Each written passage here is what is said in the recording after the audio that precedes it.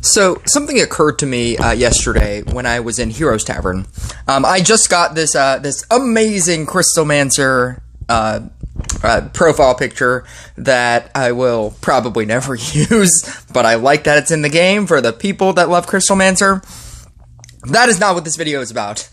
This video is a theory. And it's a baseless theory. I want to say that I don't have insider information about this theory, but I didn't have any insider information about my robot going into the regular legendary theory either. And I talked about that a long time before it actually happened, a long time before Minotaur happened.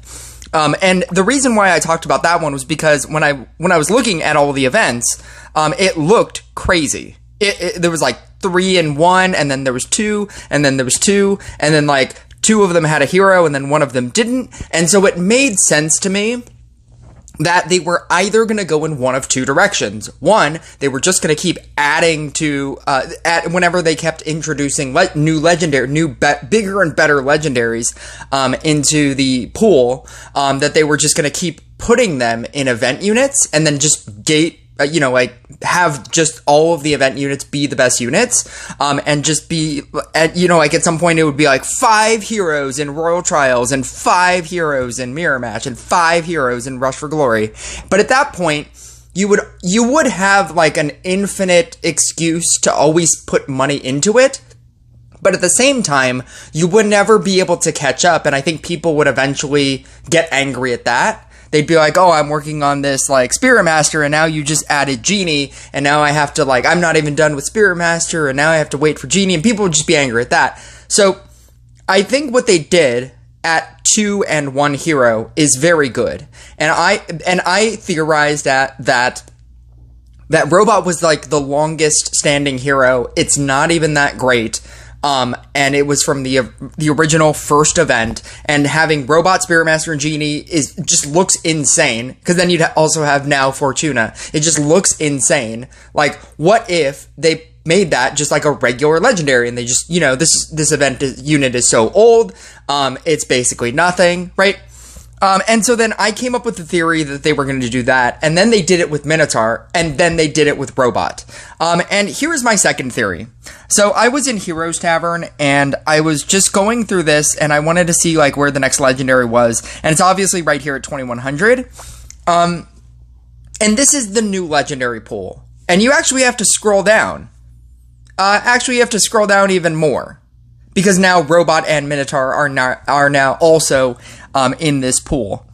4, 8, 12, 16, 20, 24. There are 26 legendaries in the regular legendary pool.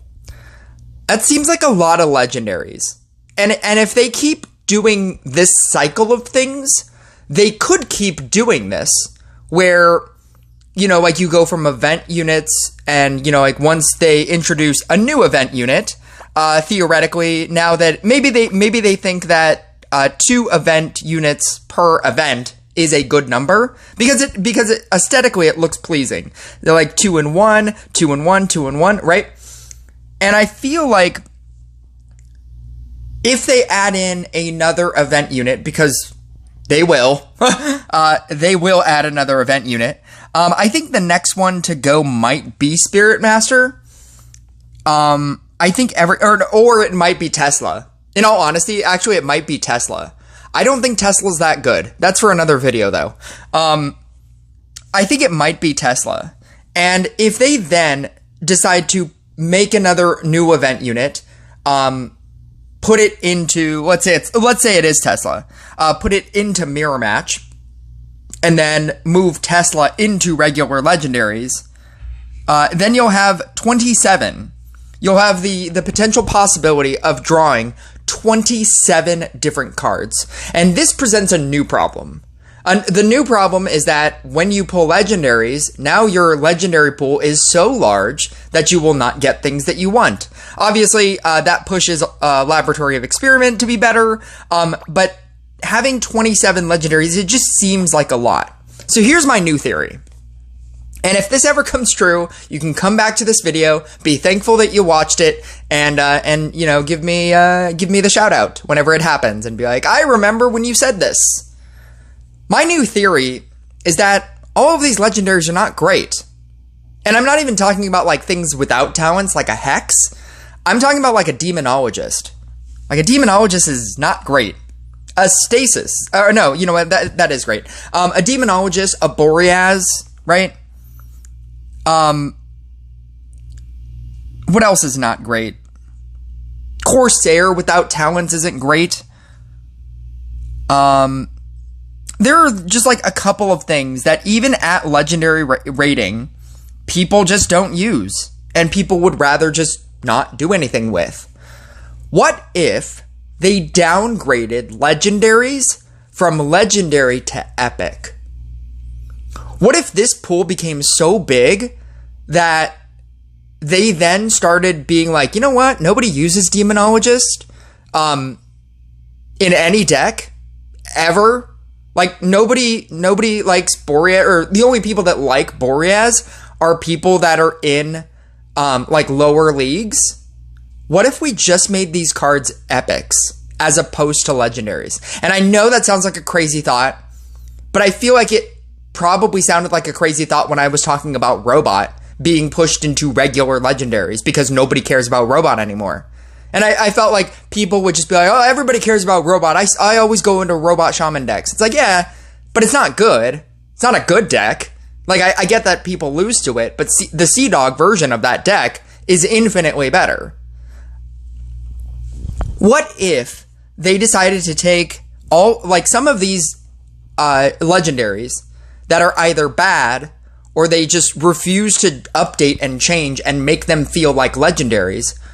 What if they decided to make them just epics? Like, I think I could argue that when I was talking about Harlequin a long time ago, and I was making the joke, like, what are these clown talents? Like, these talents are terrible. The fact that they didn't even give it a mana power-up, and the mana power-up is still increasing the damage, is insanity to me. It makes me feel like, this is a Harlequin rant, and I already did a bunch of Harlequin rants, but it makes me feel like they didn't care about changing this unit. The fact that it still has it has a mana damage boost makes me feel like they didn't care enough to change this unit enough. Like, disregarding all of the talents that I've already gone ad nauseum into, being clown talents, what if, in order to give people easier access to duplicating cards, they add Harlequin? I mean, that makes Clown even more useless. But maybe you put Clown at, like, rare rating or common rating, and then you have Harlequin kind of be a more difficult card, or you just delete Clown altogether. I don't know. But what if, like, they took these cards and made them epics? Cards that nobody uses. Like, to be fair, like, cards that nobody uses. Like, they're not doing, like, they're not putting Inquisitor at epic rarity. You know, like, I'm saying, like, Demonologist. Like, no deck uses Demonologist. But do you know who would have fun with a Demonologist? People who run Crystalmancer witch decks. Or you could use a Demonologist against a Crystalmancer deck. The Archdemon would be insane against a Crystalmancer. Like, stunning it even more, it would be insane. This isn't a Crystalmancer hate video. I've done enough of those. But I'm just saying, like, that is a prevalent deck in that rating. Demonologist being thrown in there with all of its, with all of its talents and all the things that it does, but it doesn't do it at high enough rating. I feel like this could be the next change. And again, this is baseless. I have no facts to back this up, other than the fact that I got the robot theory right. And I feel like this might be the natural progression of things. And if it does happen, just remember you saw this video. Thank you guys for watching.